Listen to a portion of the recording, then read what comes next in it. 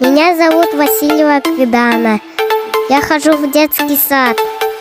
Подснежник, группа «Солнышко». Я живу в городе Якутске.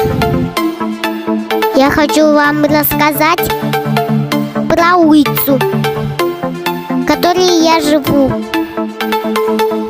Она называется улица Сайды. Она основана в 2016 году. Она твоя лестница. Она пока что ничем не примечательна.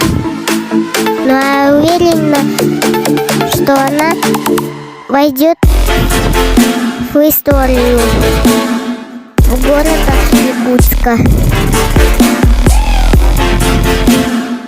Я очень люблю гулять по этой улице,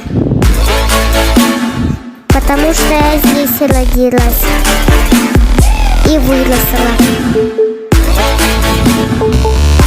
Здесь живут мои соседи. Очень хорошие люди.